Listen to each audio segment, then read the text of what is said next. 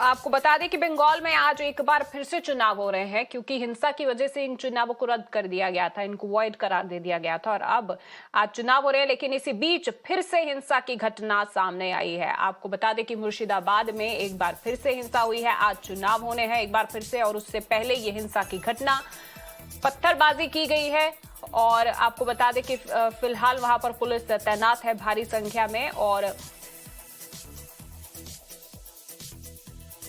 on the 8th, that does not repeat itself. So more than 600 booths today, the elections are going to start, and of course we are yet to see how the day goes on, whether or not we get more reports of violence.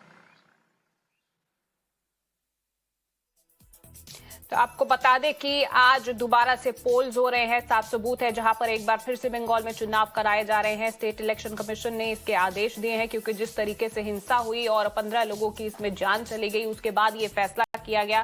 लेकिन इसी दिन आज फिर से हिंसा हुई है मुर्शिदाबाद में, जहां पहले भी पंचायत चुनावों के दिन हिंसा देखने को मिली थी और अब एक बार फिर से यहां पर हिंसा हुई है, पत्थरबाजी की गई है। जिला पुलिस की गाड़ियों पर भी पथराव किया गया है। तो तस्वीरें आपके सामने हैं, जहां पर आपको बता दें कि पत्थरबाजी हुई है, वायलेंस हुई है मुर्शिदाबाद के क्षेत्र में। और इससे पहले भी मेदिनीपुर, मुर्शिदाबाद और मालदा में आपको बता दें कि हिंसा हुई थी, जब 8 जुलाई को यहां पर पंचायत चुनाव हुए थे। That it is a politically motivated statement, and this is not true. So and at the same time they have been questioning the presence of central forces on grounds, from day one, as we have seen, because what they are trying to say is that where is the BJP and the Congress, the opposition parties, fought so hard to get central forces on the ground, but at the same time, if we look at the number of deaths that have taken place, the total of 15 deaths, and if we break it down, then we can see that 9 TMC leaders have lost their life. So maximum, apart from BJP, Congress and the left, maximum people who have died on the polling day was 9. That belongs to the TMC. So of course, repoll being declared, because we have seen incidences relating to the ballot boxes as well. But today repoll being declared in 600 booths is definitely another step, and what the election commission have ensured that there will be absolutely proper security deployed in each and every of these booths, so that polling takes place in a free and fair and in a peaceful manner.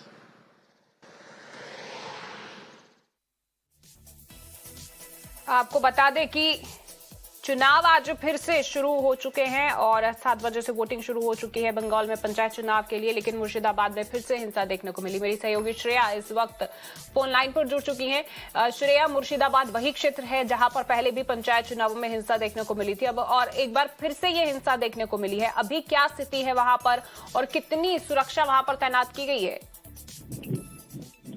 The last day when we see the election, we saw that in most places, election was conducted in the presence of state police and civic police, without the presence of the central force.